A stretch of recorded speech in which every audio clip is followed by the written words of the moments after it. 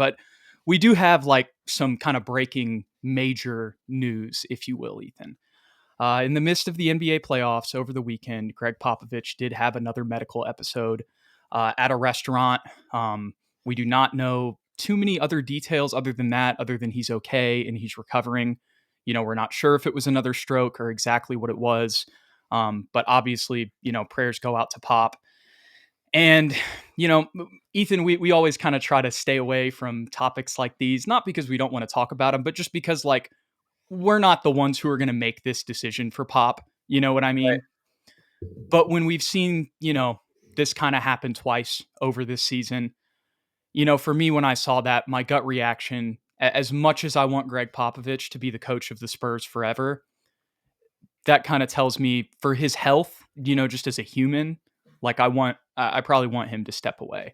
And again, that's not my decision to make. I'm not here to tell Pop, when it's his time to retire. He's the greatest of all time. He's the actual NBA person. Like he decides that, not us, sitting here on a podcast. But I feel like that's probably the direction that the Spurs are going to head, with Pop's own words being, if I can't give it my all, I don't want to be out there. So Right. what are your thoughts on that news and just kind of your opinion and take on it? Yeah, I think everything that you said is 100% true. I think just as a human being, if I had to talk to Pop, I would just tell him, don't do it because, health comes first. His wife is obviously no longer with us, rest in peace, but he still has family. He still has people that care about him. Um, and he is getting up there in age, and let's be honest, he has nothing left to prove in the NBA. So if it's at all going to be, difficult for him health wise to continue as the coach, I think it sucks that it wasn't on his own terms in a way, but I Yeah. think I think he should just step away, let the Spurs move on with a fresh offseason, have a chance to look at coaching candidates, and there's a lot to choose from. And then come out next year, just wave to the crowd, walk out to center court, and then let us say goodbye to you a proper way. Yeah. 100%. I echo everything that you said. But the second part of that conversation, Ethan, is if that is the case, and again, Mhm. technically right now that's an if, as much as it seems like in all likelihood, that's probably what's going to happen. What are your thoughts on the future of the Spurs head coaching position? Obviously, Mitch Johnson was the interim. I'm sure that's going to be a name that'll be thrown around. But with Wemby on this team, I just, maybe I'm wrong. Maybe I'm, naive here and the Spurs are just going to elevate Mitch. But I feel like I'd be very surprised to hear that they don't at least make a couple of interviews with some significant names. Right, for sure. There's just too many great candidates right now that were recently fired. You have to kind of open it up to the broader pool if you're San Antonio. And all respect to Mitch Johnson, he was put into a really difficult position, and he had some great moments and he had some really bad moments as well. But I think what the Spurs team will have, Spurs front office will have to ask themselves is, do you think Mitch Johnson is the next Mark Dagnall? Right. Or I'm blanking on the gentleman that's coaching for Utah that used to coach for us. Will Hardy. Will Hardy or Joe Mazzulla, one of these really young guys that's just like a basketball savant. Is that Mitch Johnson? We don't Mhm. really know. We're watching basketball, we're lay people. But if they think that's him, then give him the keys. But personally, I don't think that's him. Yeah. And I just think there's too many great names to choose from, Jude, not to really, give them consideration. It's not to disrespect Mitch. I think, Not at all. especially when you look at his background, his connections to the Spurs, obviously, his own dad's connection to the NBA and everything like that. I remember hearing that during the Cavs game earlier this year. And as well, a former teammate of Brooke Lopez at Stanford. Brooke Lopez talked about, a lot of the things that stood out to him about Mitch Johnson in one of the Bucks games this year. But I could sit here and talk about Mitch Johnson all day long. As much as, I would definitely be down to have him back as an assistant next year. And if the Mhm. Spurs do that, as we've talked about, like, not to say that every Spurs decision they make is gospel, but still, if they did make that decision, I would have faith in that. But here's the biggest thing, regardless of all that, the Spurs are too attractive of a destination to settle on Mitch Johnson. God, Mitch, if you ever see this, I love you. Like, I hope you Right. do the best ever. But again, we're too attractive. We have too many young stars, and now we have De'Aaron Fox too. It's just not even a conversation with me. We definitely got to go after some big names, maybe even sitting head coaches. I'm not saying that's for sure going to happen, but I think the Spurs can swing for the fences when it comes to this head coaching hire. Am I allowed to say who I would prefer to sign? Go for it. I would like Taylor Jenkins. Ooh, I okay. think, obviously there's Mike, there's Bud, there's Mike Malone as well. He's a both championship coaches. Taylor Jenkins is not, but he's from Texas. He started with the Austin Toros as an assistant, then head coach, and for the last 6 years was with Memphis, and honestly has played very, very well. And if it wasn't for injuries that happened to his mega stars, you know, Memphis may have taken some deep runs into the playoffs, and really they've been competitive every single year, including this year. It was just a matter of suspensions and injuries that kind of put him into the eighth seat at the very bottom. But I think he'd be a perfect fit for San Antonio, and he's proven to be successful with athletic point guards as well as bigs with JJJ.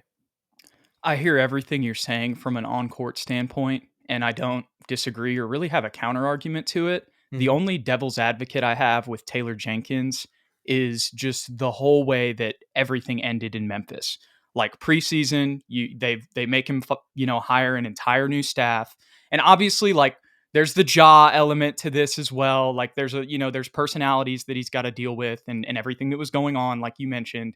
But like on the night before he got fired, like players were fighting on the sideline. It definitely seems like the narrative, at least coming out of Memphis, maybe this is true, maybe maybe it isn't. But from what I saw, I could kind of see some merit to it. Not saying it's for sure, but it seems like he lost the team a little bit, and maybe that was because of maybe he could relate to the Spurs roster better. You know what I'm saying? Maybe that was kind of a Memphis thing, and it just didn't fit there. But then there's also all the success that you just mentioned as well. So I guess that's the one thing that I would say is like an asterisk to be wary of. Hmm. Maybe that's a concern, if we just want to be completely objective. But the flip side of that is like, are there going to be a bunch of locker room problems for this group of guys in the first place? Probably not. Maybe that's us being optimistic. Um, but yeah, that's my devil's advocate take on Taylor Jenkins there. That's fair, and to be honest, I haven't really had my ear to the ground in terms of what exactly happened in Memphis. I just think black and white on the court. I think he fits with the Spurs. And I agree with Michael Hunt's comments. Like Taylor Jenkins is a good coach. When I say all of that, like I said, when I open it up, I have no counter argument to Ethan's on court stuff. It's just the potential off the court stuff there. Let's be honest too. There's only been like four coaches in the history of the NBA that have never lost their locker room, That's and a we've good been point. very fortunate to have one of those, and that's Gregg Popovich. And think about Hmm. all the other great coaches I mean, Phil Jackson, I guess, never lost his locker room technically, or you could say maybe with Shaq and Kobe feud, but he was always successful. Um, what's his name? Definitely lost his locker room. He's the president of Miami, Pat Riley, Hmm. right? And then everybody, and Eric Spoelstra has yet to lose his locker room. Even Doc Rivers in 70 with the 76ers, you could say. He Yeah. definitely lost it. Yeah, it just happens, and I can't remember the exact quote and who said it, but it was like NBA coaches have like 5 years Right. before they expire, and I think that just is unfortunately the reality anymore. And I'm sitting here in my Spurs colored glasses as a Spurs fan who's been watching the Spurs my whole life with one coach, Right. not thinking about that. It's something that we've been very fortunate Such a to good not have point, lived Ethan. through, Jude. Like, we've been extremely fortunate not to have to live through multiple coaches like that, There's a bubble in the NBA outside of the Spurs. There's other places that fans live. for what, sure. what a thought. But okay, so Taylor Jenkins is a name for you. I mean, I definitely like that. I just want somebody proven. I honestly don't have a name, but here's what I'll throw out. I'm gonna say this. I don't know if I can make a prediction. I want us to go after a sitting coach. That's what I'll say. Hmm. I'll Okay. just say that. I want to, like I said, I want us to swing for the fences. I think we have, like, I'm not saying every coach is going to do that. You know what I mean? Especially if it's an established coach on a good team. Yeah. Um, but I think we have the roster as well as just the situation, the setup, the assets to be an attractive enough destination for somebody to leave their post at a good team to come coach here. But a lot of other names in there. M. Easy says he doesn't want Coach Bud or Coach Mike Malone. Obviously, there's a lot of history with Coach Bud in the San Antonio Spurs. I think just with the way that his past two regimes have gone, unfortunately, as much as I love, that Hawk speech that he made when he was the coach of the year, saying Pop is the real coach of the year. And we always have love for Coach Bud. I get what he's saying there because just with how it went in Phoenix, as much as this is a different situation, like he's had a lot of talent on the last two teams he's been on, and haven't done that well. Do got to give him credit for the championship in Milwaukee, though. Can't forget that. Right. Almost forgot that. So still does have that. Um, Mike Malone obviously has a ton of success. I think though, I do me personally. I think Taylor Jenkins would be who I would rank number one out of like those guys who have kind of recently become new head coaches. Um, but I wouldn't mind, going for like a Kenny Atkinson type too. I know I'm going all over the place, but he was somebody who, took, when I say a Kenny Atkinson type, I don't mean like actually going and stealing him from the Cavs. I just mean somebody who's maybe an assistant somewhere, who's been a head coach before and can jump into it. I say that. Now I'm thinking about Brett Brown, who's on our sidelines. I don't know. I feel like if he was going to be a candidate, they would have had him as the interim coach instead of Mitch. But like Mhm. Easy says down here, I want them to interview Tiago Splitter. He's paid his dues as an assistant. That's something. He hasn't been a head coach before, but like I said, Kenny Atkinson was the head coach for the Nets. That obviously fell apart. Took some years as an assistant. Look what he's doing with Cleveland. Right. There's 3 routes I think the Spurs can go. It's like what you said. It's Go three. go poach somebody, um, from a standing office, or take one of those big 3, or actually big 4. We forgot about Mike Brown. Mike Brown, Taylor Jenkins, Mike Malone, and Bud. And then I think there's the most likely scenario, and that's the Spurs will go with somebody we've never heard of, that's not named Mitch Johnson.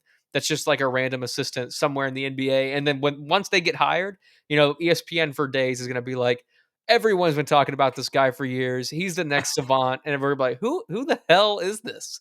You know what I mean? And I feel like that's probably going to be what the Spurs do. Mark Daignault type. I know he kind of came up through the Thunder, but Yeah, like nobody really knew who he was until all of a sudden here he is, and look what the Thunder did in game one.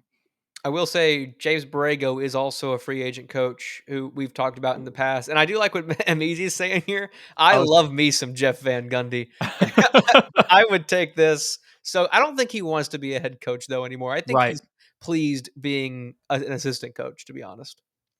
Yeah, I will say though, I see what he's saying when he says watch him during the games. He's the best.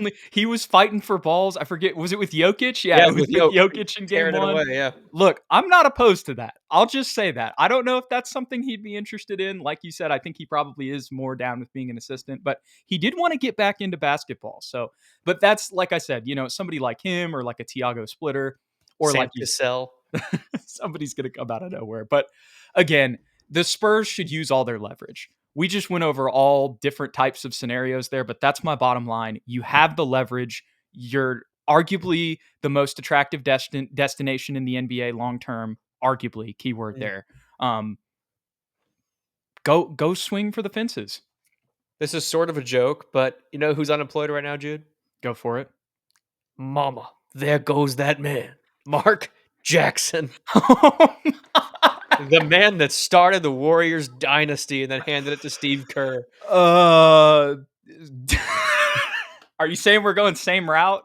Like he starts the Wemby dynasty, Give and him then like 2 and years, then and then when Steph retires, we'll bring in Steve. yeah, we'll hire Steve Kerr. Yeah, perfect. Let's do that. Okay, I will say though, as much as I don't. This has been said a lot, but Steve Kerr is a name that, like, when it comes to those big name coaches that we could poach, I don't think it's going to be him, but someone along those lines. That's kind of. I Okay. was thinking about him a lot when I said that. I don't think it's going to happen, especially with them bringing in Jimmy Butler, and I think Steph's going to age well. But again, I really think we can go get a big fish. I like it. Measy says, I disagree. If the Spurs, with their draft capital and current roster, I think Van Gundy would run for the Spurs job. So he thinks he's ready to be a head coach. I hear you, man. I hear you. We'll have to see.